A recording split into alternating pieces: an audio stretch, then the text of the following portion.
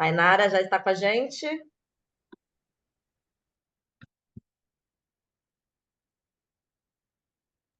Oi, já estou sim. Já entrei aqui pelo telefone para o áudio ficar bom. Estou só ligando pelo computador agora, já entrando Tá, também. tá ótimo. Vem no seu tempo aí.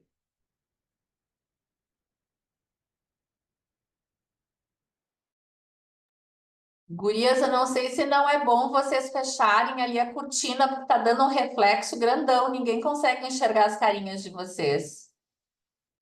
Faz tipo cineminha. É verdade, agora tava contra, a luz estava contra, eu não conseguia ver ninguém. Aham. As carinhas bonitinhas, cheias de roupa. Na verdade, já está fechada a cortina. Acho que é a janela, então, que nós temos que fechar. Tentem virar a persiana.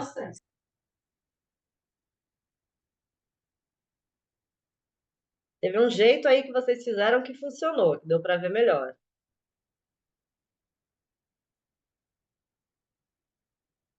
Agora não dá para ver Pronto. nada. Tainara, bem-vinda. Oi, oi, tudo bom? Boa tarde. A gente só tá tentando arrumar ali a luz para a gente vê-las melhor. Sim,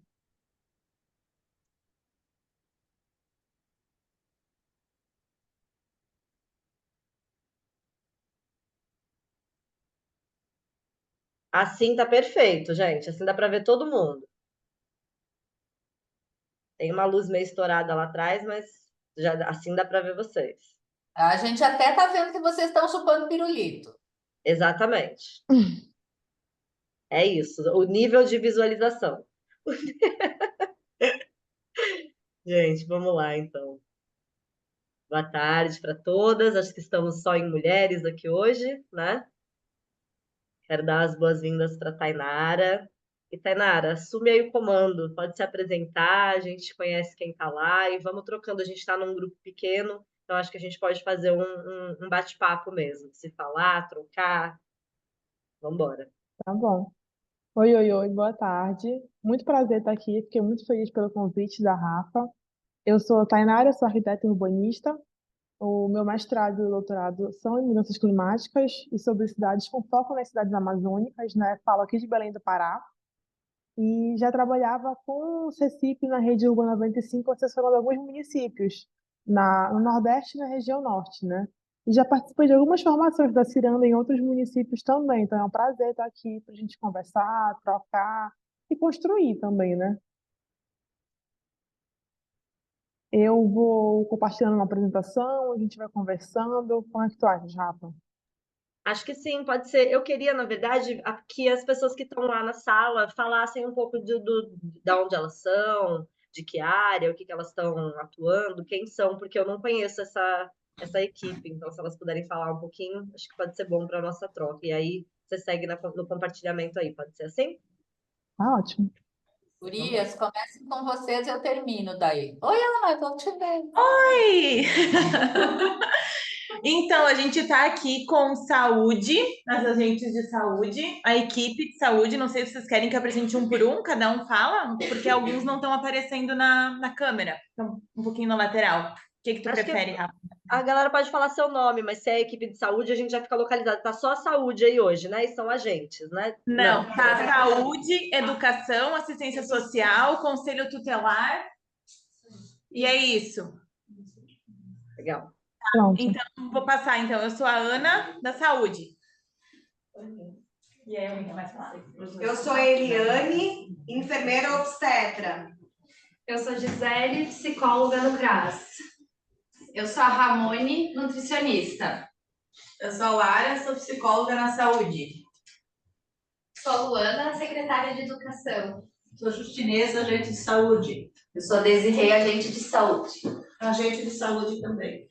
Marlene, eu sou a Marlene, professora, mas estava na linha de frente das enchentes.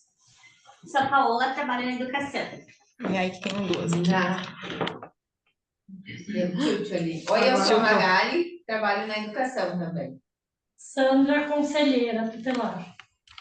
E ainda tem algumas professoras da EMEI e da MF que estão chegando. Tá ótimo. Ah, Obrigada. tá ótimo.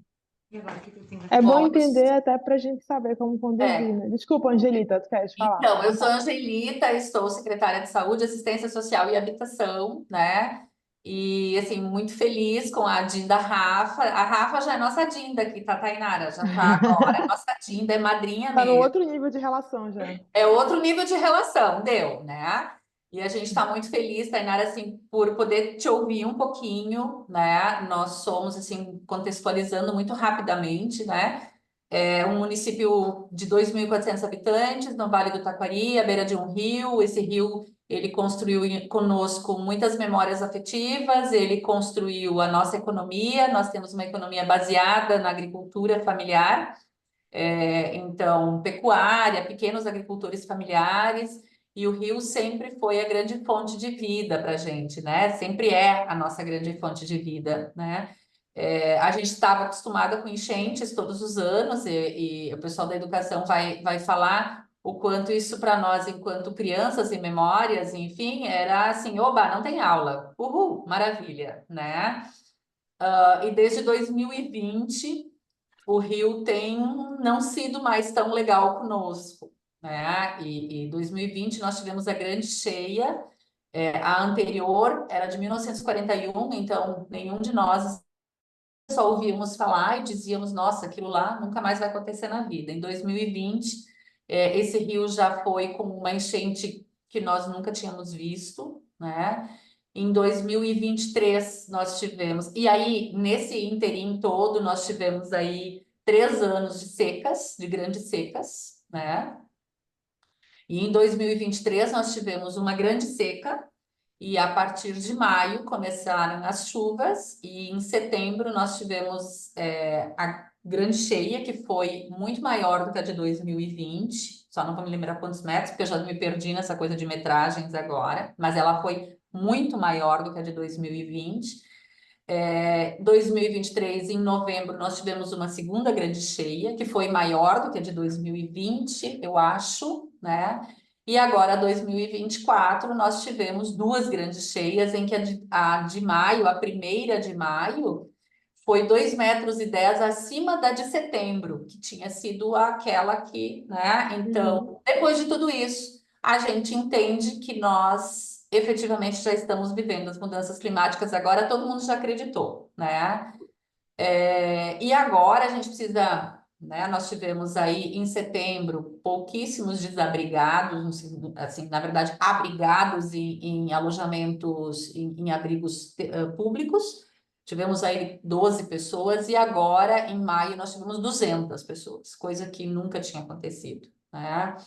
Então, agora a gente está na fase de cuidar. Tivemos a fase de resgate, ainda estamos na fase de limpeza das casas, muito pouco, mas limpezas de propriedades, limpezas de ruas, de praças, de espaços públicos. Está tudo errado ainda, porque não parou de chover, né?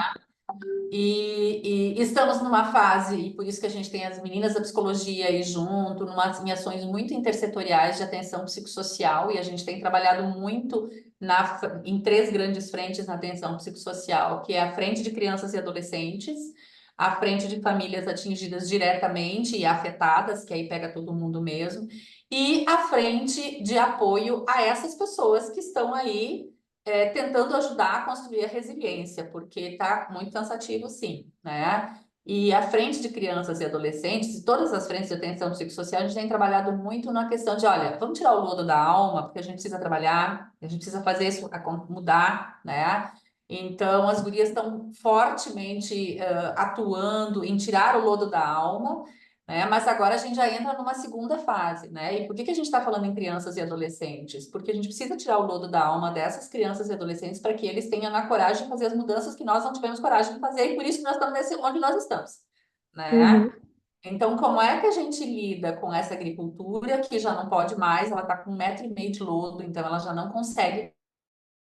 Nós temos 30% de idosos muito ligados na cultura do trabalho. Então, por isso, a frente de famílias afetadas, para que a gente construa essa resiliência, né? E diga, ok, nós não vamos fechar a cidade, não vamos embora daqui, nós precisamos continuar, mas de que nós estamos falando, né?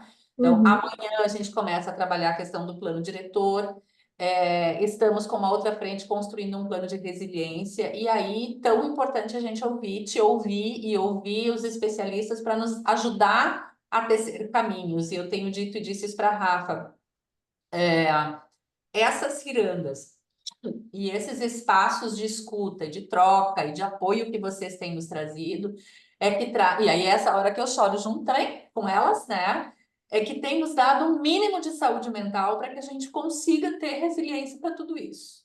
E pronto, Uhum. só falei, eu não ia chorar, mas enfim, é isso, tá? Então, assim, é agradecer do fundo do coração mesmo, porque vocês nos apoiam para que a gente possa apoiar as outras pessoas, então, e cuidar dos nossos pititiquinhos, assim, porque se a gente achava que seriam os nossos netos, bisnetos que teriam que lidar com as cacacas que nós fizemos, não é verdade, é conosco, nós que criamos, nós vamos ter que resolver.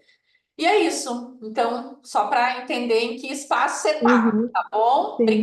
Obrigada de verdade, assim, mais uma vez aí, né, pela disponibilidade, para estar nos ouvindo e nos acolhendo e principalmente nos ajudando a pensar em caminhos possíveis, né? Tá bom? Uhum. Obrigada. Eu acho que foi super importante essa contextualização para saber em que terreno está chegando e para a gente conseguir conversar e trocar também. Eu estava comentando com a Rafa que eu não queria que fosse só palestra, eu falando, mas que podem vir muitas questões que a gente pode ir pensando em caminhos também possíveis, né?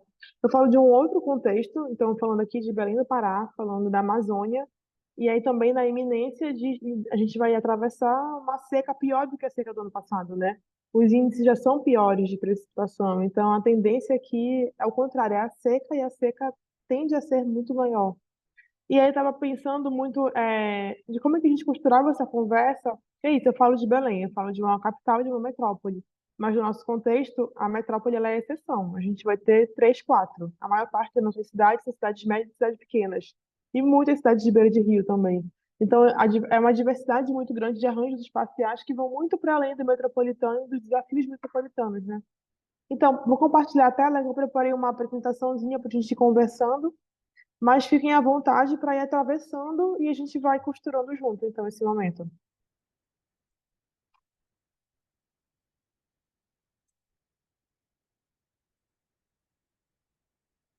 Dei uma travadinha.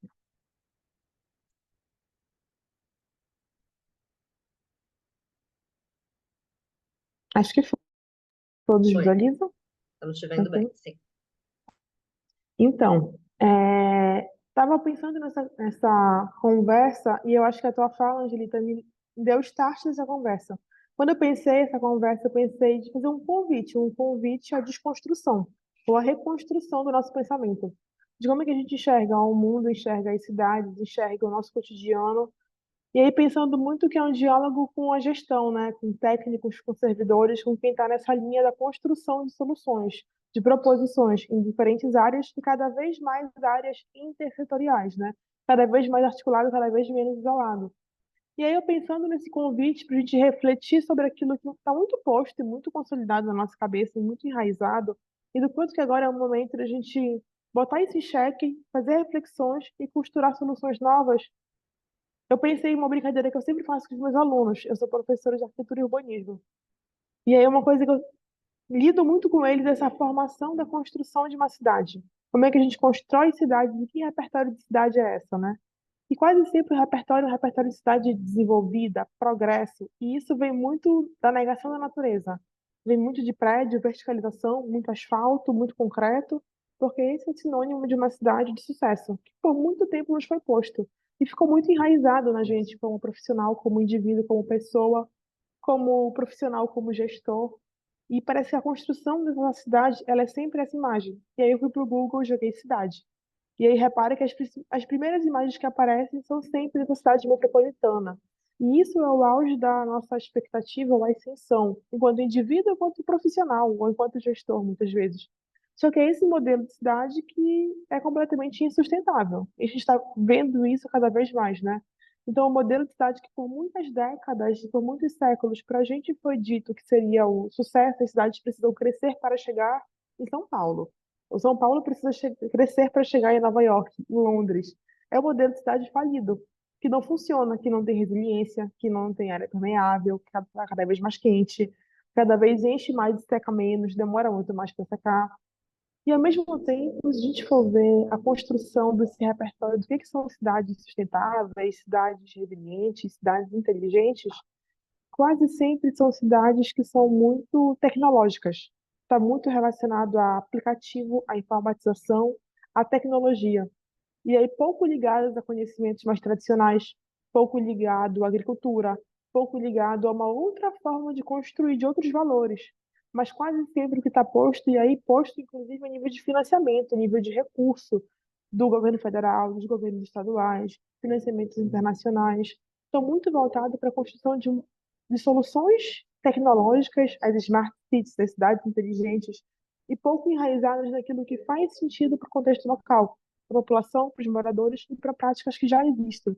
É difícil conseguir financiamento para rodar aquilo que a gente sabe que funciona, porque o financiamento muitas vezes condiciona um outro modelo, né? Então, quando eu penso essa questão de como é que a gente reconstrói esse pensamento, reconstrói o repertório, é porque a gente precisa entender como foi que a gente chegou até aqui. Então, eu acho que isso é uma questão muito importante, né? De que não foi de uma hora para outra. E que agora a gente pode estar vendo, agora a gente pode estar sentindo, mas não foi de uma hora para outra. Deixa eu aproveitar e perguntar. Tá tendo ruído de áudio para vocês? Tá tranquilo? Tá funcionando bem? Tá bom. Então, uma grande questão é, para a gente entender essa construção de um novo repertório, entender que isso não foi de uma hora para outra, por mais que agora isso está chegando muito mais nas cidades, muito mais no cotidiano. Parece que antes a discussão da crise climática ela era, como a Angelita falou, das futuras gerações. E que futuras gerações eram essas? Daqui a 2, daqui a 3? Não era algo palpável, não era algo tangível, ou era algo muito ligado aos povos da floresta, ao rural, ao desmatamento, e não o nosso cotidiano de fato, né? Então, isso não foi de uma hora para outra, isso já está posto, isso já está acontecendo no mundo inteiro. É óbvio que os impactos são diferentes, a gente atravessa isso, sente isso e tem capacidade de reconstruir de maneiras muito diferentes. Não dá para comparar o calor em Paris com o que está acontecendo hoje no Brasil. São efeitos da mudança climática, mas a população é impactada de maneira muito, muito, muito diferente, né? E aí, se a gente for olhar, isso está acontecendo em diferentes escalas, em diferentes contextos, e são ciclos cada vez mais curtos. Eu acho que isso, infelizmente, é algo importante que a gente precisa entender. Que aquilo que era muito esporádico, que eram de 40 em 40 anos, de 10 em 10 anos, tende a ser cada vez mais rápido, mais próximo e em ciclos muito menores.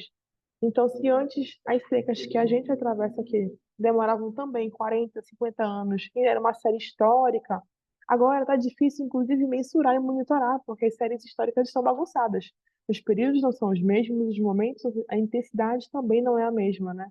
E isso vai acontecendo e vai impactando em diferentes esferas. Tem uma esfera política, midiática, de plano, de projeto. E aí, olhando aqui muito para a Amazônia, a gente, pelo Lab, tem trabalhado assessorando algumas cidades. Não só Belém, a gente vai sediar a COP ano que vem, mas trabalhando com cidades pequenas também. E do quanto que essa narrativa climática e ambiental ela tem sido capitaneada muito politicamente, mas tem sido muito difícil de desenhar planos e projetos, porque tudo muda muito rápido e de uma hora para outra.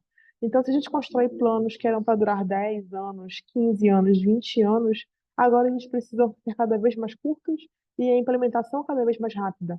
Então, antes do plano ele era muito longo, o diagnóstico, a construção, até chegar na execução, e agora ele precisa ser cada vez mais imediato. E isso tem sido um desafio em nível de ter equipe técnica, ter orçamento e conseguir rodar no tempo da urgência que a demanda está trazendo, né? E aí, o quanto que essas questões, elas já começam, eu não sei o quanto que todo mundo tem acompanhado, nas redes sociais, basicamente, só se fala nisso, você é bombardeado por isso, né? A gente já discute termos como uma eco-ansiedade, de você estar muito imerso na discussão dos impactos da crise climática e o quanto que isso atravessa o nosso dia a dia a nível de como é que a gente tem esperança, como é que a gente constrói, como é que a gente consegue ser propositivo, lidando com fenômenos que são em ciclos cada vez mais curtos, anuais, semestrais, e como é que a gente, que está nessa linha de frente, lidando com esse tema o tempo todo, fica difícil de trabalhar, né? E aí o Renara, quanto só um que... minuto. Desculpa te Oi, interromper. Lá na fala. sala da Prefeitura de Colinas, o áudio está saindo um pouco estourado. Vê se você consegue reposicionar o seu celular para ver se muda isso para elas. Eu te ouço Tá. bem, acredito que a Angelita também. Eu acho que é lá na sala que tá dando esse problema. Eu não sei se é da captação ou se é lá. Mudou Esse tá alguma aqui coisa? penduradinho, olha, o microfonezinho. Mudou alguma coisa para vocês, gente? Continua metálico? Posso ficar testando? Aí eu vou falando É, só para isso, vai testar, pra falando porque a gente ver gente se vai vê se, melhorando. se muda alguma coisa quando você. Porque pode ser do som de vocês aí, meninas. Para vocês, Rafa e Angelina, tá normal? Tá normal. Rafa, quando você fala, o som tá normal, mas quando a Tainara fala, fica com um chiado. Que estranho. Ah, tá um chiado. Parece que a voz sai dupla, assim. E meio abafada também. Mas a gente vai, se não der, a gente vai tocando. A gente tá. Não, vamos testar. Se a gente conseguir ajustar, é melhor. Senão a gente faz como dá, mas vamos tentar ajustar. Tá saindo aquele Sim. áudio como se tivesse duas câmeras abertas, que sai duplicado, ela fala e tem uma voz Não, atrás? não, ele tá com um chiado no fundo e parece que a voz dela tá mais abafada, assim, sabe? Mais longe, não sei. Entendi. Deixa eu falar aqui, eu dei uma mexida na configuração de áudio. Não sei se melhorou, se piorou. Melhorou? Melhorou? Eu vou ficar falando a minha idade, só pra gente testar o áudio, se melhorou.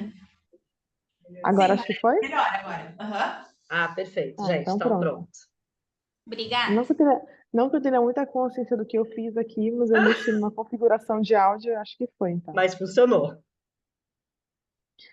E aí, assim, retomando, né? Essa discussão ela tem sido cada vez mais urgente, não é à toa também que a gente, enquanto país, vai sediar o que é o maior evento climático do mundo, e a gente aqui em Belém vai estar sediando esse evento no ano que vem, porque a gente já está na iminência de ter país, de ter ilhas, de ter populações que a gente já fala que são os refugiados climáticos, né? Migrações climáticas acontecendo de pessoas que não vão conseguir retornar mais para o local de origem, porque em menos de um ano, em menos de 6 meses, o fenômeno volta a acontecer. Então não tem como você reconstruir no mesmo lugar.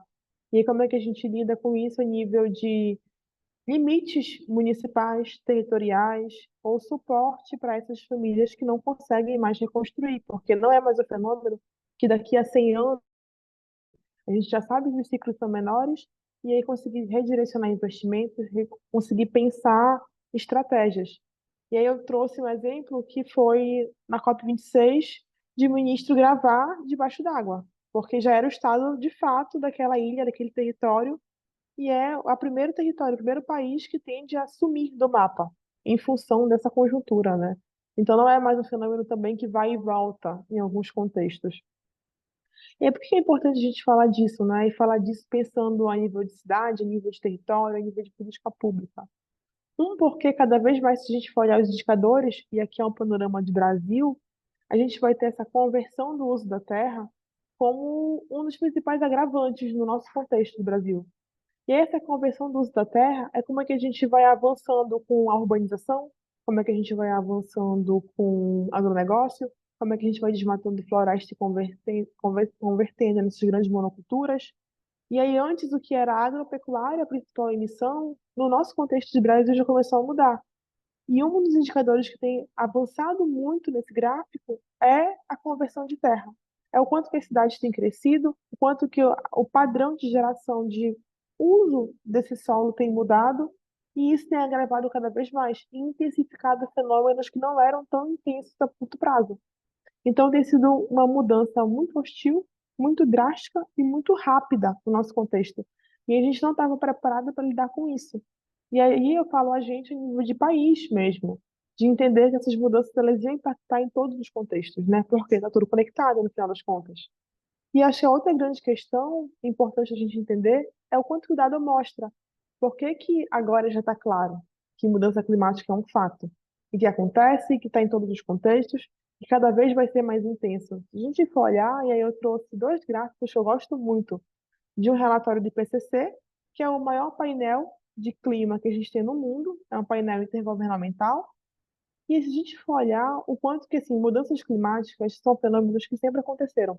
E a gente percebe aqui, olha, do gráfico de 1850 até ali anos 2000, ele segue, tem variações, mas ele segue uma constância. Então era normal a temperatura às vezes aumentar, diminuir, um rio encher, um rio secar, fazia parte de fenômenos naturais, de movimento de coisas que são vivas, né? A floresta ela é viva, o rio ele é vivo, então ele enche, ele seca, ele muda de lugar muitas vezes. Se a gente for reparar, o grande pico é de 2000 para cá. E um pico muito grande, muito intenso. E aí é onde entra esse meia-culpa, nosso enquanto sociedade, nosso enquanto forma de produção, de geração de renda, indústria, agronegócio, agropecuária, de como é que a nossa interação com esse território fez esse fenômeno se intensificar de uma maneira nunca vista antes. E aí por isso que encurtou esses ciclos. E aí por isso que a gente vai ter agora fenômenos cada vez diferentes. E é por isso que não dá mais para ignorar. É um fato, vai acontecer, como é que a gente lida com isso? E é por isso que os conceitos agora de mudança climática não é mais mitigar, é adaptar. É adaptar porque é um fato que vai acontecer. Olhando para o meu contexto aqui, Amazônia, todo ano agora vai secar e seca muito. E tende a ser cada ano mais intenso. Então, eu não tenho como ignorar a seca. Eu não tenho como ignorar que vou ter dezenas de comunidades isoladas, sem acesso a nada. Como é que eu penso, então, uma construção de uma agenda de adaptação? Eu vou migrar as pessoas de lugar, eu vou isolar essas áreas, eu vou criar formas de assistir essas comunidades, porque se eu sei que todo segundo semestre do ano vai ter seca, eu preciso me adaptar a essa realidade. E é por isso que cada vez mais os planos municipais são planos de adaptação, não são mais planos de mitigação. Não tem como você frear esse fenômeno, ele já está posto e ele vai continuar acontecendo. Então, a construção agora é a construção sempre de agendas de adaptação. E aí é um gráfico que eu acho sempre muito impactante revisitar e olhar, quando a gente olha que é um período de 20 anos, 24 anos no nosso caso agora, né? De 2000 para cá, é um período muito curto e de alterações muito, muito, muito intensas. E aí, se a gente for ver, é o segundo gráfico que eu gosto muito. Eu sempre trago esses dois gráficos de um relatório, que é um relatório muito técnico, que traz dados muito pesados, mas eu gosto desses gráficos porque eu acho eles gráficos muito didáticos. E aqui a gente tem um gráfico que consegue perceber esse aumento de temperatura e como é que isso está relacionado com as nossas gerações. Eu vou pegar a minha avó, a minha mãe, eu e a minha filha.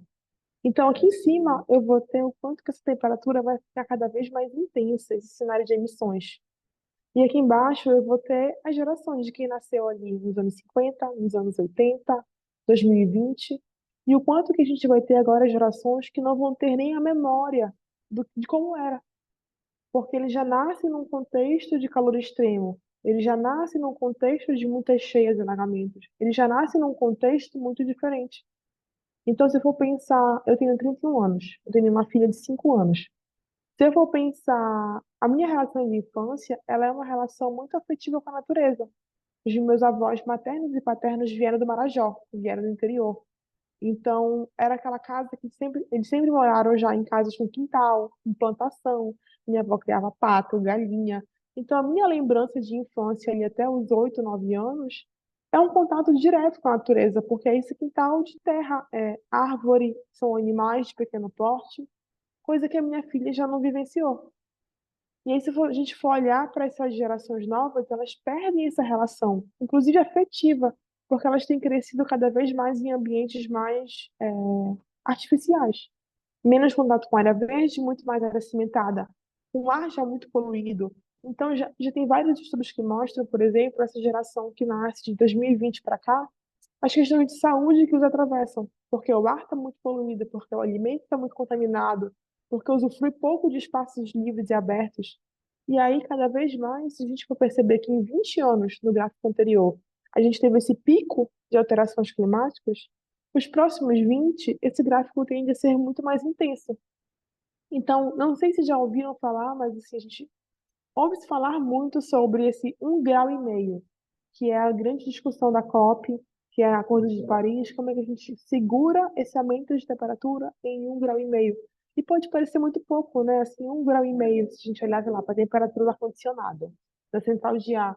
Parece que é tão pouco por uma postura tão grande internacional ou nacional, mas também esse mesmo relatório vai mostrar que 1,5 graus tu vai mudar regime de chuva, tu vai mudar a agricultura familiar completamente impactada. Então, os períodos de produção e produtividade e estiagem vão ser cada vez mais intensos. E aí, o quanto que isso vai impactar a segurança alimentar, o quanto que isso vai impactar aqui no nosso contexto, e imagino, pelo que a Angelita falou do contexto de vocês, a agricultura familiar em nível de geração de renda, Os ciclos produtivos vão mudar, e isso já é algo que está posto, já tem dado. A gente já consegue saber quais são as cadeias produtivas que vão ser alteradas, impactadas, e que não vai dar para produzir na mesma intensidade que se produzia antes. E aí, qual é a alternativa para famílias que vivem disso? Que a geração de renda é essa? Como é que a gente lida com crianças que nascem num contexto de temperatura de calor extremo e que lidam com ar muito poluído e com alimento muito contaminado? Porque a água vai estar contaminada, porque a gente não regula bem o uso de agrotóxicos, e o quanto que isso vai impactar na saúde. Então, é um contexto também onde tudo está muito articulado, muito dependente. E aí compartilho com vocês também, acho que antes de chegar aqui, algumas inquietações que eu trago aqui do contexto que eu estou, e num contexto de uma cidade que está sendo atravessada muito pela agenda climática em função da COP, né? Então a COP ela virou um grande mega evento, ela virou uma nova Copa do Mundo, uma Olimpíada, e é uma cidade que está correndo com projetos, planos, política pública, mas ao mesmo tempo tudo muito desarticulado. Então eu tenho uma revisão de plano diretor em andamento, que é elaborado por uma equipe, ao mesmo tempo que uma outra equipe está fazendo um plano de adaptação climática, ao mesmo tempo que uma outra equipe que cuida das grandes obras de infraestrutura, e ninguém conversa com ninguém. E os cronogramas são diferentes, as etapas participativas são diferentes, e essa costura tende a ser, e aí eu espero estar errada, uma costura muito mais institucional, de dar um check, temos um plano, temos isso feito, do que de fato isso virar algo relevante a nível de implementação. Se a gente for pegar experiências de sucesso, cada vez mais a gente tem visto a criação de grupos de trabalho ou secretarias intersetoriais que consigam articular frentes muito diversas, porque a gente não vai conseguir lidar com a crise climática pensando em setores isolados. A habitação cria seu plano, saneamento cria seu plano, infraestrutura vai criar seu plano, saúde vai criar o outro. Não vai funcionar, e a gente não tem mais tempo para perder, para repetir fórmulas que não funcionaram antes. Eu acho que essa é uma grande questão a nível de pensar gestão. A gente não tem mais o tempo político, agora a gente tem um outro tempo, e um tempo cada vez mais curto, né? E eu acho que uma outra questão, assim, algumas imagens, que a gente precisa entender e ter clareza é do quanto que essa crise ela vai impactar as pessoas de maneira muito diferente. E aí os dados já mostram isso, o quanto que as mulheres são mais impactadas, o quanto que as populações periféricas são mais impactadas, o quanto pessoas mais racializadas são impactadas. E aí, pensando no nosso contexto da Amazônia, na maior parte, a agricultura familiar aqui, ela é liderada por mulheres. As mulheres são chefes de família, as mulheres cuidam da produção, da agricultura, do lote. Quando a gente vai trabalhar no contexto de municípios de pequeno porte ou de médio porte, onde a agricultura familiar é base, quase sempre as lideranças de associações, lideranças comunitárias e lideranças do seu território são mulheres. E quem está nessa frente produtiva quase sempre são mulheres. E também é isso, é algo que é diretamente impactado e a gente precisa ter um olhar específico para isso. Porque a mulher está à frente do cuidado da casa, do cuidado das crianças. Nesse contexto, pelo menos aqui no meu contexto local, se ela está à frente da produção do lote, ela está à frente da geração de renda. Então, quanto que essa sobrecarga também é uma sobrecarga que a gente precisa lidar, porque isso reflete diretamente no trabalho do cuidado, reflete na criança, reflete no adolescente, e o quanto que a gente não tem caminhos institucionais ou arranjos preparados para lidar com isso, de o que fazer, como subsidiar, como dar assistência nesse tipo de contexto. E aí eu volto para aquela discussão, né, de um convite a repensar, como é que a gente faz, tá? Eu entendi a crise, eu entendo como é que a gente chega aqui, eu entendo que os dados e as projeções, elas são sérias, agravantes, apocalípticas. Mas a gente está aqui para pensar uma construção, né? Como é que a gente ajuda a pensar caminhos alternativos. Então, o convite que eu fiz da reconstrução é para a gente, repensar esse modelo, e aí entendo que a gente está falando de um município pequeno, como eu falei, tenho vários aqui que a gente trabalha também. E não é essa realidade metropolitana, verticalizada. Só que, por outro lado, a narrativa política e os projetos e planos, eles estimulam essa ideia. Então, se eu vou olhar as políticas de moradia, elas não reconhecem um lote produtivo aqui no nosso contexto. Elas estimulam a moradia como casa exclusiva, e não o lote como um todo, uma geração muito diversa de renda. Eu resolvo a moradia, mas eu não resolvo a geração de renda se eu não der um lote produtivo para a família. As rúbricas de financiamento, elas nos direcionam a desenhar esse modelo de cidade que está posto. Como é que eu lido com o rio? Eu vou canalizar ele. Como é que eu resolvo o saneamento básico? Eu jogo esgoto no rio. Como é que eu resolvo moradia? Eu construo casa. Eu não penso para além da casa. Como é que eu penso espaço público? Eu faço aquela pracinha cimentada. Como é que eu penso escola? O projeto padrão, malmente adaptado ao contexto. Então, quase sempre, o recurso, quando chega, ele chega muito genérico, muito posterizado, e que tende a replicar este modelo. Então, por isso que era um convite muito a como é que a gente muda o repertório para conseguir fugir desse cenário. Porque esse cenário, ele é um cenário na metrópole, na cidade média, ou numa vila ribeirinha que eu vou visitar. Eu vou ter lá a política de moradia fazendo o mesmo padrão de moradia em todos os municípios, em todos os contextos. E aí, aqui em Belém, eu vou ter milhares de unidades, por exemplo, não só em Belém, mas em municípios menores também, com sistema de aquecimento solar da água nas casas. Mas o terreno alaga. O terreno está no terreno vulnerável. Mas é porque o projeto chegou pronto. Aqui, os recursos para lidar com o saneamento básico têm sido direcionar o esgoto direto no canal, que era um rio, era um leito de rio, um braço de rio que foi canalizado e que hoje recebe dejetos in natura. Se a gente for ver as praças públicas que são cada vez mais disseminadas, são praças cinzas, com equipamentos que são o mesmo no Brasil inteiro. E que aqui em Belém, por exemplo, na Amazônia, essa academia ao ar livre não funciona, é muito quente. Encosta nela aí, de 10 da manhã, 4 da tarde. Não dá para tocar. Então, só que é isso, a rúbrica do desenho do arranjo institucional acaba condicionando. E aí a gente vai ter realidade de municípios que a gente vai ter poucos técnicos, muitos com muita boa vontade, muito a fim de fazer a diferença, mas são poucos para lidar com muitas frentes. E aí como é que eu adapto o projeto?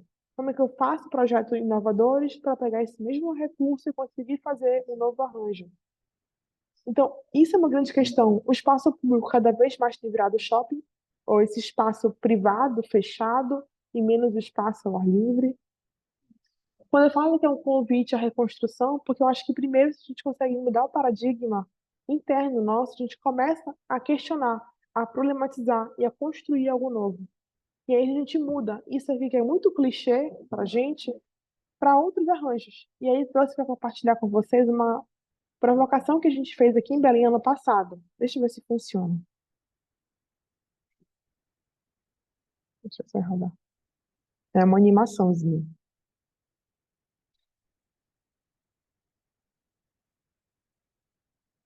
Tá sem áudio, o áudio não tá funcionando.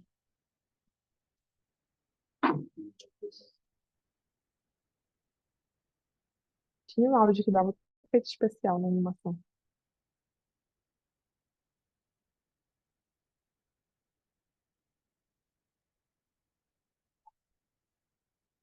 E aqui foi um vídeo que a gente fez. Essa rua é uma das principais ruas aqui de Belém. Ela corta o bairro mais nobre da cidade, que é o bairro do Marizal. É o metro quadrado mais caro da cidade também.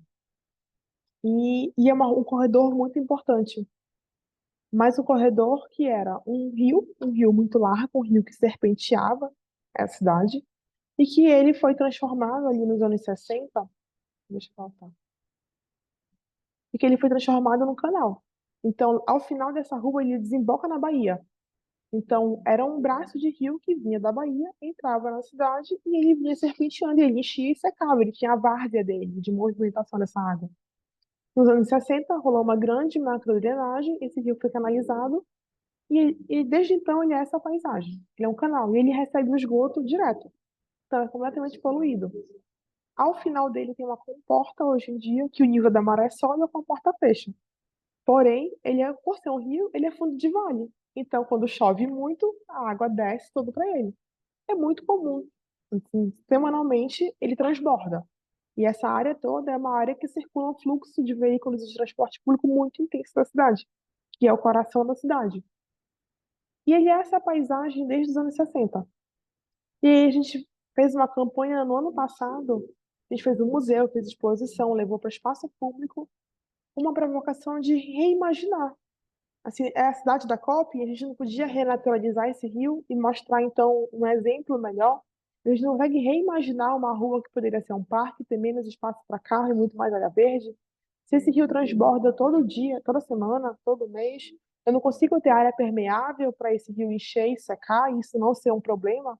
Como é que a gente olha para o problema e transforma ele em potencial?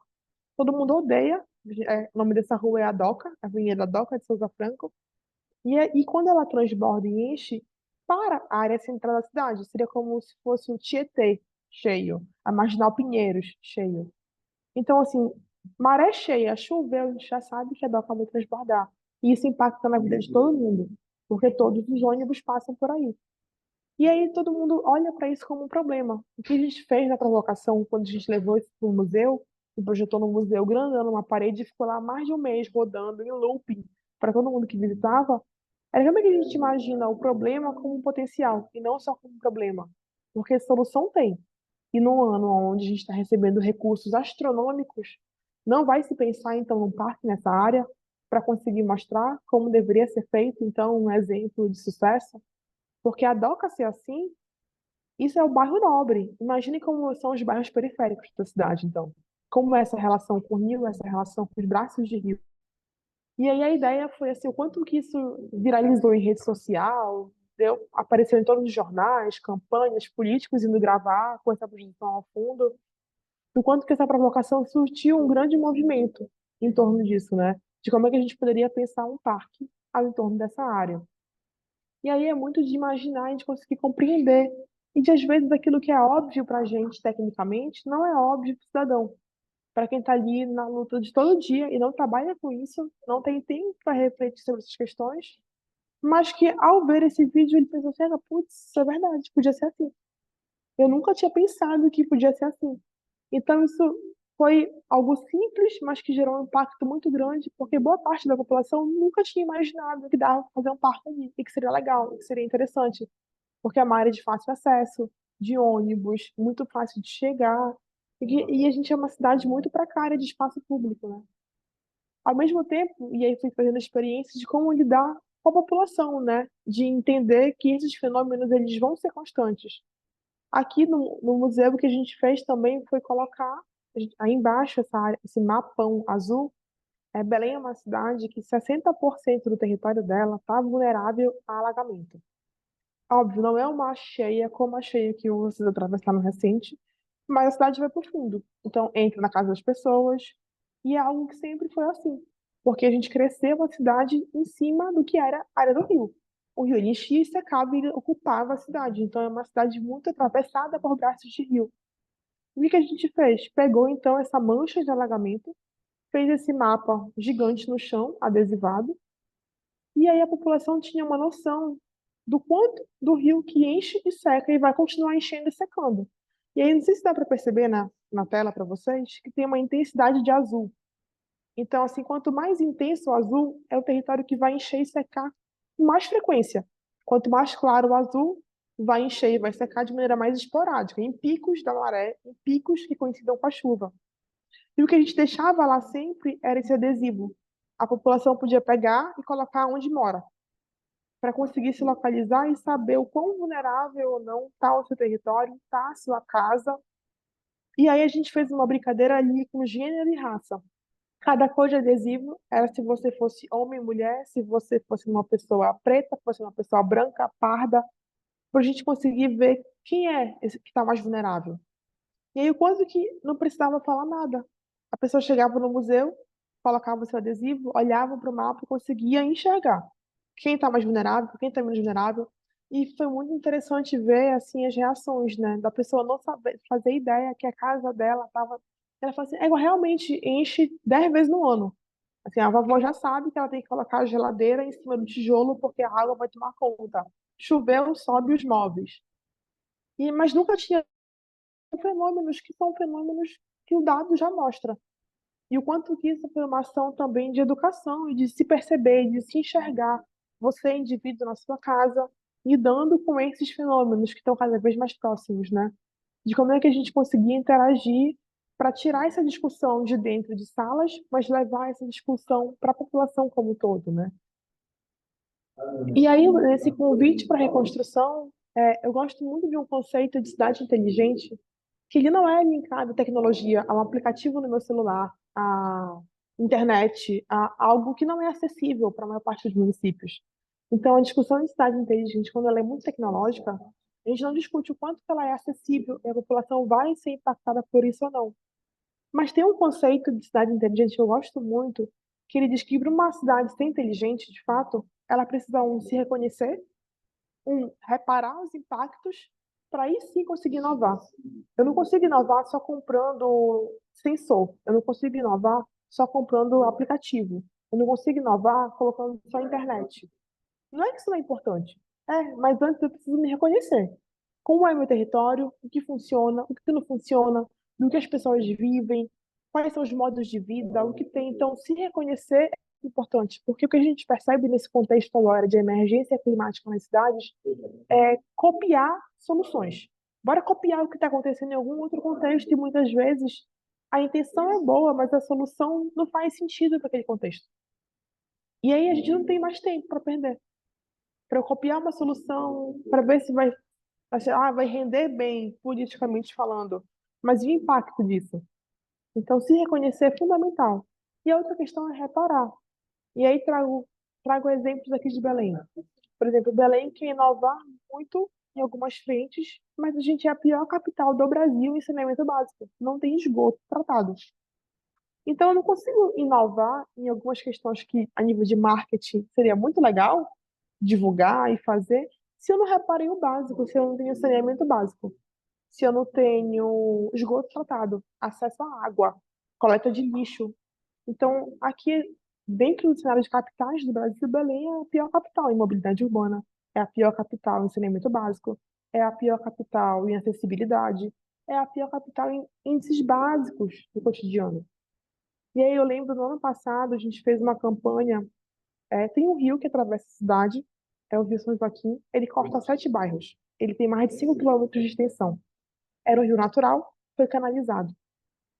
E uma das obras prioritárias da COP é transformar o São Joaquim no maior parque agroflorestal da América Latina. E aí a gente foi trabalhar no território, na ponta, de casa em casa, entender como é que a população sabia disso, conhecia o projeto, tinha participado ou não. E não coincidentemente, são bairros periféricos, vulnerabilizados, com maiores densidades, menores rendas, e a cada casa que a gente batia, a gente conseguia confirmar o dado. A maioria eram mulheres, mulheres racializadas e mulheres chefes de família, que moravam na beira desse rio, que hoje em dia é um canal. E quando a gente falava de, você sabia que vai ter um parque aqui, que vai ser o maior parque agroflorestal da América Latina? Ela perguntava sempre, e o esgoto? E a água? Porque o que mais interessava era se o esgoto ia ser tratado e se a água ia chegar na torneira dela limpa. Então, às vezes, a gente quer inovar e não consegue reparar o básico porque não se reconhece. Então, a gente busca repertório de fora, não entende o contexto local, não repara o básico ainda, mas quer inovar a nível de projetos que às vezes são muito megalomaníacos, muito bonitos, muito legais, mas que às vezes não é isso que a população quer ou precisa. Então, eu gosto muito dessa discussão de olhar que a cidade inteligente, ela é muito mais simples. Ela é muito mais simples e ela precisa fazer sentido muito mais para quem está lá na ponta, sendo atravessado por isso. E aí, olhando para o nosso contexto aqui da Amazônia, para a gente isso parte de um reconhecimento, pelo menos, de um reconhecimento de coisas que já funcionavam. A gente, por exemplo, a tipologia ribeirinha, a palafita, longe de romantizar.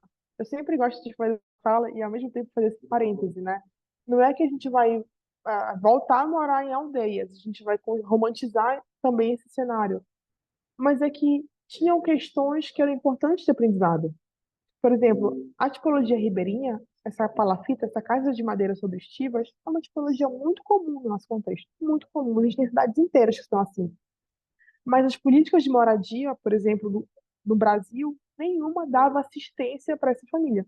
Ela não conseguia acessar nenhum recurso para fazer melhoria habitacional. Eu não tinha nenhuma política de moradia para esse público. Se eles quisessem acessar moradia dentro dos programas públicos possíveis, municipais, estaduais ou federais, eles tinham que migrar para o Minha Casa Minha Vida. Eles tinham que sair da beira do rio, eles tinham que ir para uma casa de alvenaria, ser sorteado dentro e muda completamente a dinâmica de vida. Então a maioria não queria ir. Porque tem uma relação de geração de renda, uma relação com a pesca, uma relação com a produção do açaí, que é o lote de trás. Tem dinâmicas que não eram reconhecidas que a política não enxergava. E aí, o quanto que a gente está preparado para lidar com essa diversidade? Ou eu só sei trabalhar na lógica da capital, da metrópole, e eu não reconheço essa diversidade de possibilidades. E aí, compartilho isso com vocês, porque eu gosto dessa analogia de olhar para o passado. De como é que a gente consegue ter soluções mais sustentáveis, mais resilientes, de ter uma conexão com a natureza muito mais forte e para além de uma conexão romântica, mas uma conexão de sobrevivência. Porque as nossas cidades, elas são basicamente aqui.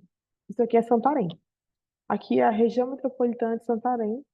Santarém, vocês conhecem por Alter do Chão, em praias paradisíacas, fica no oeste do estado do Pará.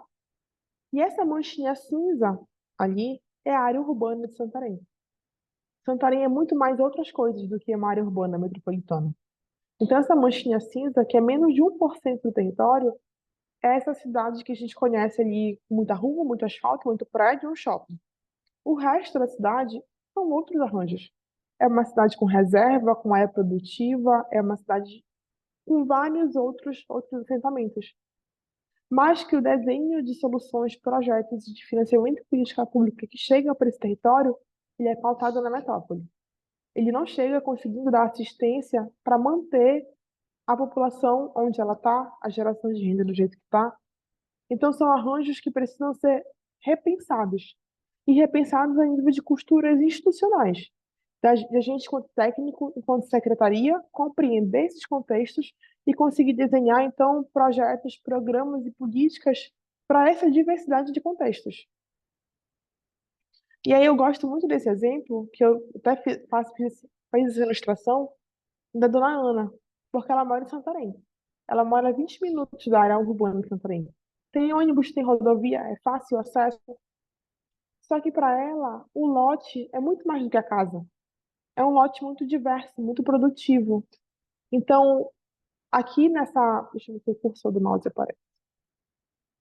Aqui. Nessa área cinza aqui, o que a gente vai ter? Um rio. As áreas cinza escuro são edificações, casas. Em laranja, o campinho de futebol. E aí, se a gente for ver, a maior parte das edificações nem cercadas são. Porque existe uma relação de vizinhança muito forte, um arranjo coletivo muito forte. A maneira como eles ocupam o território, ocupam o espaço, é desmatando o menos possível, é fazendo a casa, mas a área produtiva é muito mais importante. A lógica de interação com o espaço público é muito diferente. Não precisa daquela pracinha convencional que eu vou ter um quiosque, uma academia ao ar livre, um brinquedo. A relação de espaço público é outra. E aqui a gente estava trabalhando com essa comunidade, assessorando o município, a prefeitura de Santarém, de como é que a gente regulamentava, regularizava as edificações, ao mesmo tempo conseguia melhorar a infraestrutura. E aí o padrão e o projeto que a prefeitura tinha era um projeto de loteamento, de enfileirar os lotes, passar as ruas e fazer as casas. Quando que o arranjo que eles tinham, mesmo que informal, era muito mais sustentável, era muito mais resiliente, tinha muito mais potencial. Então era a gente que precisava adaptar o desenho da política institucional e não eles se adaptarem ao loteamento padrão. Porque aí a gente ia ter muito mais impacto, a gente ia ter muito menos área verde, a gente ia ter muito menos espaço público, e ia perder todo o senso de coletividade de vizinhança. Porque para eles, o que a gente olhava como uma casa muito simples e parecia muito pobre, era porque o lote era muito mais importante do que a casa.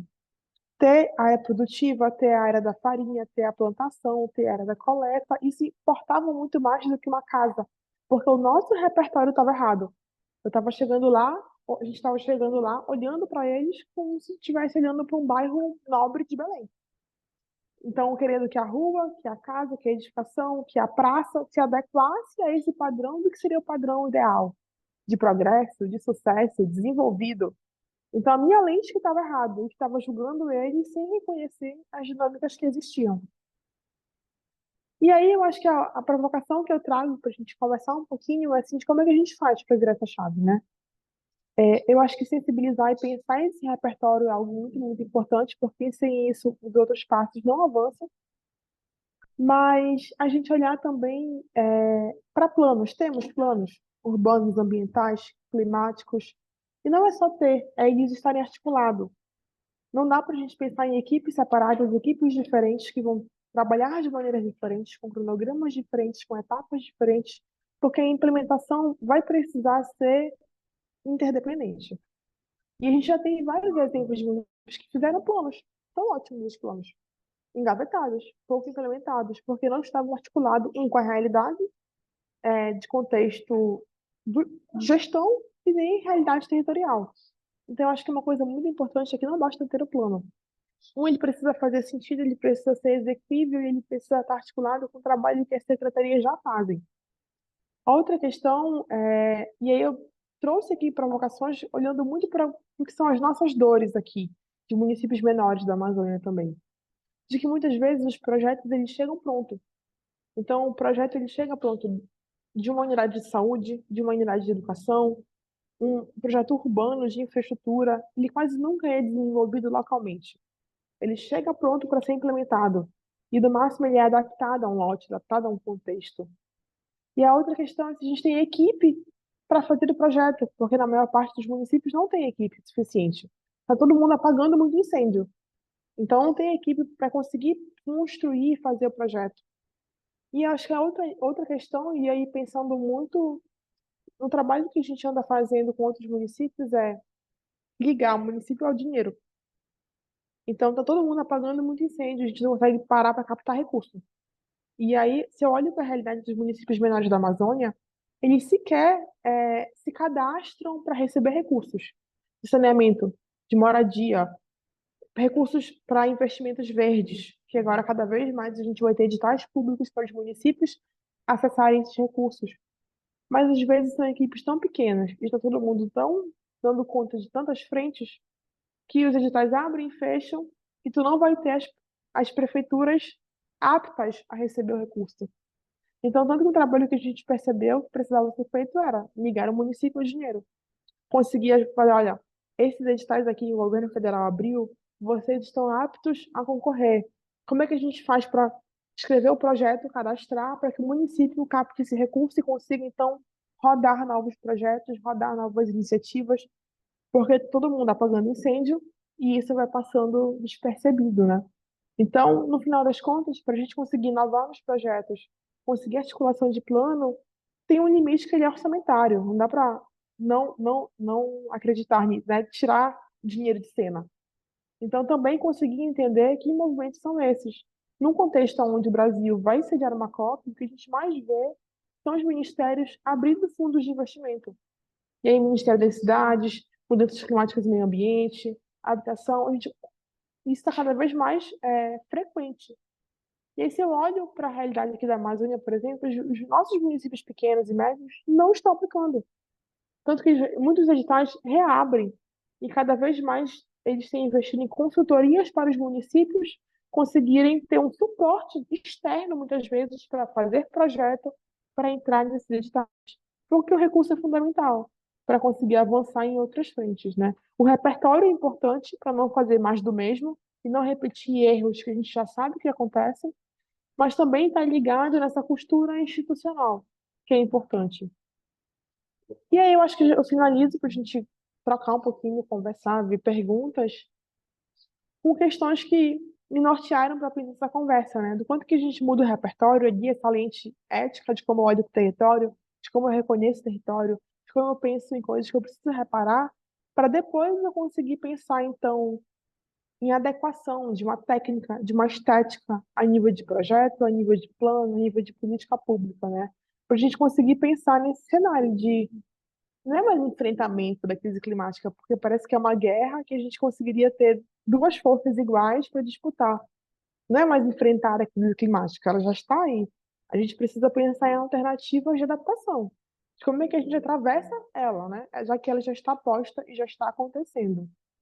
Então, agradeço muito a participação, a escuta atenta de vocês. Deixo meu contato.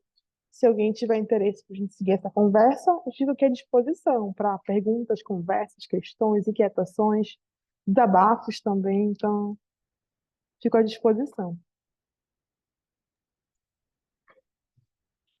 Gente, eu estou muito provocada. Estou muito, aliás, tenho ficado muito provocada. Eu acho que essa provocação também vem com um meia-culpa, assim, de eu sempre dizer assim, sou muito boa na saúde, pronto. Os outros que se preocupem com essa questão do meio ambiente, né? E agora tem muitas provocações. Tá aí uma galera da saúde que me provoca muito no sentido de dizer que doenças essas crianças vão ter, se de 2020 essas crianças vão dizer, peraí, a gente tem que se preparar para quê agora? Né? Então, como garantir essa resiliência, essa adaptação? Uma coisa que me provoca muito, e fui, na verdade, fui provocada já também por conta disso, assim, eu vejo aqui no Rio Grande do Sul, com tudo isso que está acontecendo, a mídia falando muito e as pessoas falando muito sobre a guerra. Nós estamos numa guerra. E aí, quando a gente fica ouvindo a palavra guerra, parece que é alguém contra o outro. Então, o rio é meu inimigo, a natureza é minha inimiga. Então, e tem uma outra palavra que uma pessoa que é da área da agroecologia também me insiste, vamos parar de falar a palavra reconstrução? Porque se eu quero reconstruir, eu quero voltar ao que era antes. E aí a gente tem a equipe de atenção psicossocial aqui, que também provoca e é provocada e está sempre se retro-provocando também, no sentido de dizer, não é mais a mesma coisa, a gente não pode voltar ao que era antes, não existe mais o antes, né? Então, fico pensando assim, bom, então tá, não é reconstrução, quando tu fala, não é mitigação, é adaptação. Acabou, gente, não tem mais o que fazer, né? Nós já estamos numa outra fase, né? Então, como e de novo, né? Por onde a gente começa nisso? Assim, a gente tem aí, Tainara, uma universidade aqui. Vamos lá. É um município pequeno que nunca precisou fazer plano diretor, teoricamente. Nunca precisou. Sabe, aquela coisa assim, a vida estava boa, estava tudo certo, né? Assim, a gente estava numa fase, olha, nós não vamos ser grande nunca, qualidade de vida tá boa, tá bem, né? Tá tudo certo, assim, né? Temos os nossos problemas, mas os problemas são muito de dizer quem está falando mal de quem aqui, que nessa história aqui toda, né? É só as fofocas da cidade, né? E agora a gente não é surpreendido, mas agora sim, é isso. É o nosso tempo agora, acabou. E o que que a gente vai fazer? Então, esse não é mais um problema da Amazônia, é o que tu falas, né? Não é mais um problema de populações vulneráveis, porque teoricamente nós não temos uma população vulnerável de socioeconômica, né? Mas nós temos uma população vulnerável, sim. Nós temos 30% de idosos, o que já é uma vulnerabilidade. Nós temos aí 90% da receita vindo de agricultura familiar nesse momento, disso que tu está trazendo, é uma grande vulnerabilidade, né? Porque isso também traz uma nova vulnerabilidade, e tem um dado que me traz, que hoje de manhã me trouxeram, população petitiquinha, tá? Mas assim, nós tínhamos 14 famílias em Bolsa Família, nós temos 48. Então, nós precisamos fazer um novo diagnóstico socioassistencial para ver de que vulnerabilidade é essa que nós estamos falando, né? Então, a gente tem vulnerabilidades ambientais agora aqui também, né? Então, a universidade vai nos ajudar, porque, de novo, não tem orçamento para tudo, é bem isso, né, Tainara? Você vai fazendo, né? A universidade foi contratada pelo Estado para fazer. Mas o plano diretor vai ser suficiente? Aí eu tenho essas provocações com as gurias também. Gente, plano diretor é visto a partir de empreendedores, de empresários. Então, não é a partir de gente. Se nós que somos especialistas em gente dentro do território, não dissermos que precisa servir às pessoas e ao meio ambiente, nós vamos ter repetições de erros e aquela coisa básica da semântica, né, da questão da reconstrução. Reconstrói, reconstrói.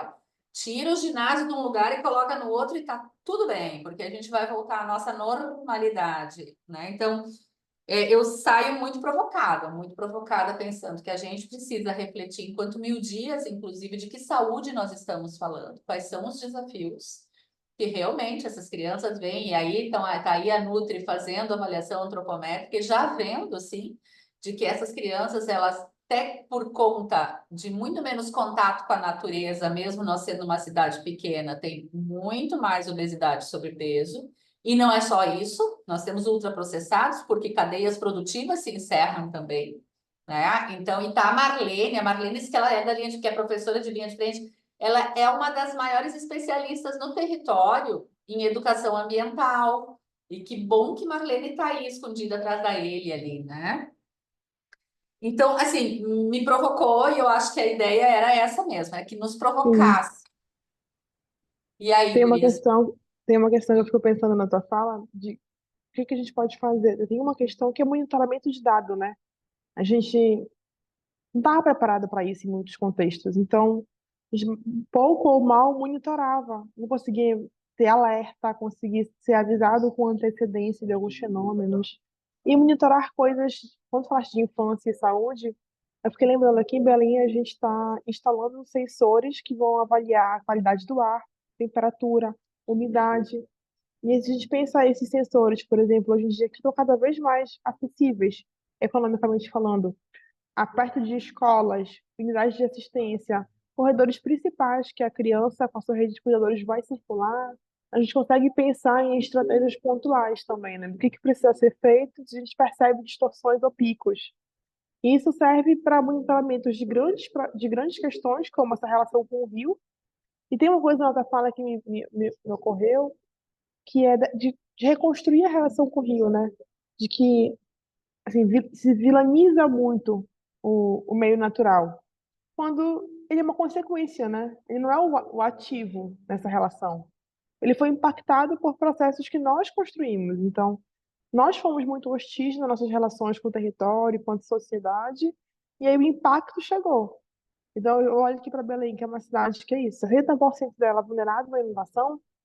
Então, como isso já acontece há muito tempo, não obviamente, porque a gente já brinca entre a gente que assim, ó, o rio tá tomando o lugar dele. A gente que ocupou o lugar dele. Porque aqui é essa relação de movimento, né? Não foi uma relação atípica e pontual, mas ele sempre enche e sempre seca. Então, a cheia e o alagamento da cidade, quando coincide maré e chuva, a cidade para e as pessoas já sobem os móveis, está todo mundo preparado. Então, a gente hoje em dia anda há muito tempo já. Eu moro numa área urbana, central, ando com o aplicativo das marés no celular. Então, se começar a chover muito, eu olho a maré. Se a maré estiver cheia, eu sei que a cidade vai parar. Então, eu fico no trabalho mais uma horinha, porque não adianta eu sair daqui agora, que o trânsito vai estar parado, porque os canais vão estar transbordando. E isso já faz parte da nossa rotina, enquanto cidadão. Acompanhar chuva e maré. Se coincidiu, acabou. A cidade está parada. Se não coincidiu, tudo bem. Está escoando essa água, então, porque a maré está baixa. E isso já faz parte da rotina de uma cidade que é atravessada por isso. E como o nosso rio é um rio de várzea, ele enche e seca muito rápido também. Quem está em territórios mais baixos já tem essa cultura, infelizmente, de subir os móveis. Então você sobe o eletrodoméstico, porque sabe que vai encher e vai secar daqui a uma horinha. Está começando a baixar. E aí enxuga a casa, baixa os móveis. Então já era uma relação que foi costurada, né? Porque já se entende que é a natureza retomando um lugar que sempre foi dela. E que a gente, como cidade, cresceu em cima dela.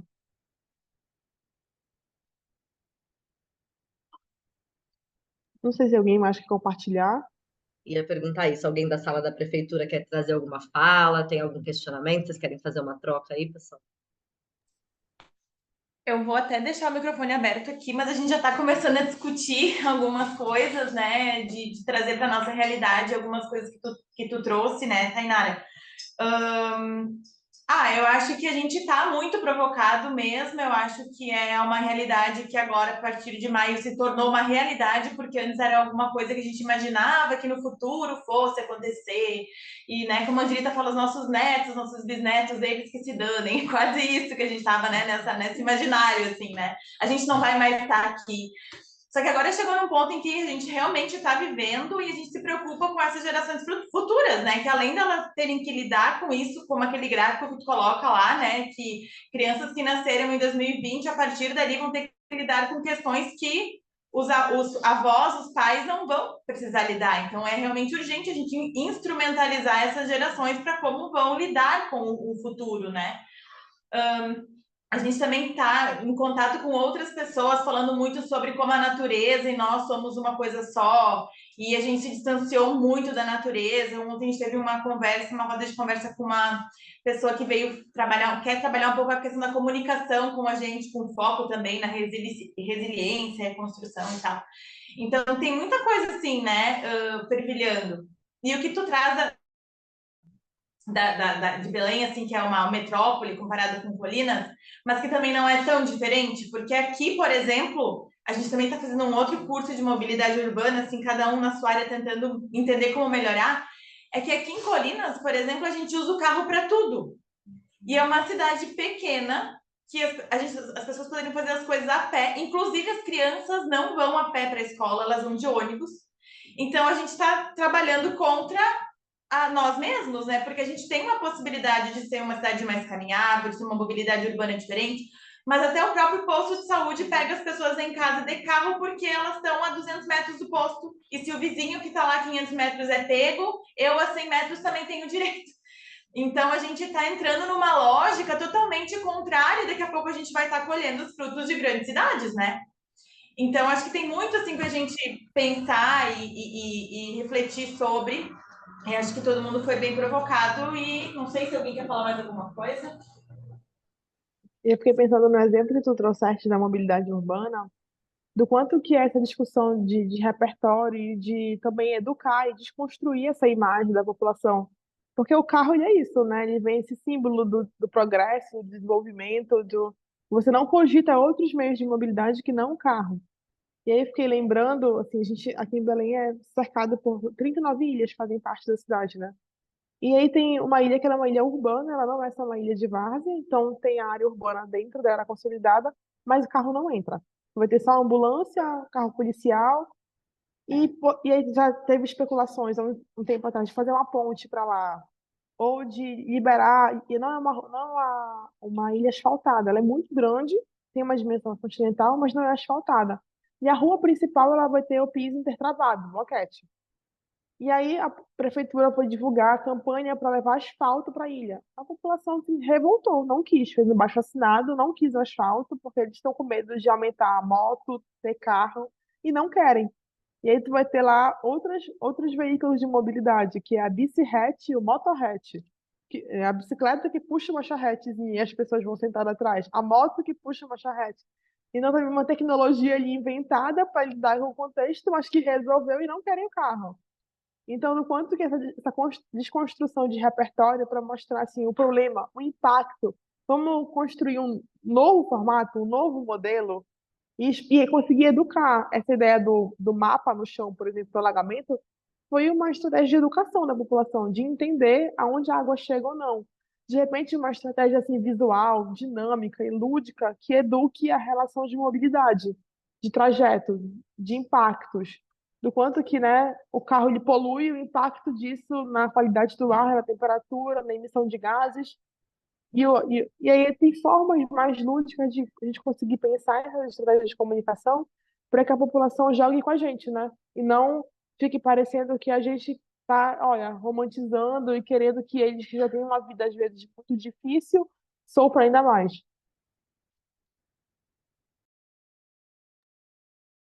Nara, eu te agradeço muito.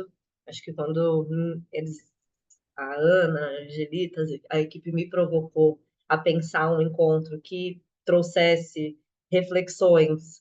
Foi perfeito essa coisa de pensar em trazer vocês, porque vocês, é isso que a Ana trouxe agora, apesar de ser uma experiência diferente, tem muita confluência com as experiências, e eu acho que tem um aprendizado, uma troca aí, super possível das soluções que vão ser pensadas agora e do jeitinho que Colinas está querendo que seja, que não é traz uma coisa que já está pronta e faz aqui, que é desse jeito. Tipo, o que, que isso tem a ver aqui com a nossa cidade? Né? Que essa população vai se sentir pertencente e contemplada com que solução é essa que as pessoas vão se sentir assim? Então, eu te agradeço muito. Eu fiquei muito estocada aqui com a sua fala. Estou feliz de ter gravado para a gente poder. Depois já tem gente me pedindo aqui da Urban a gravação. Ah, me passa a gravação, porque eu acho que é isso, né? Que a gente possa.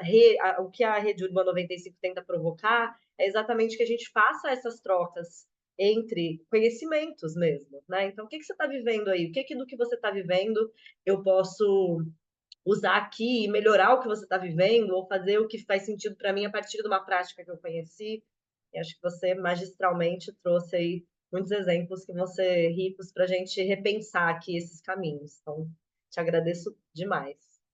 Imagina, eu que agradeço, foi um prazer. Um prazer, um prazer.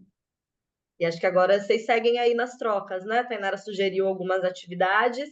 Eu vou desconectar aqui, mas eu tô todo o tempo aqui no WhatsApp. A gente tem um grupo aí das cirandas. Se vocês precisarem de qualquer apoio, vocês me chamem aqui e a gente vai trocando. Tá bom? Gente, muito Vamos obrigada. Oi, gente, um prazer. Não mesmo, viu? Um beijo. Rafa, beijo.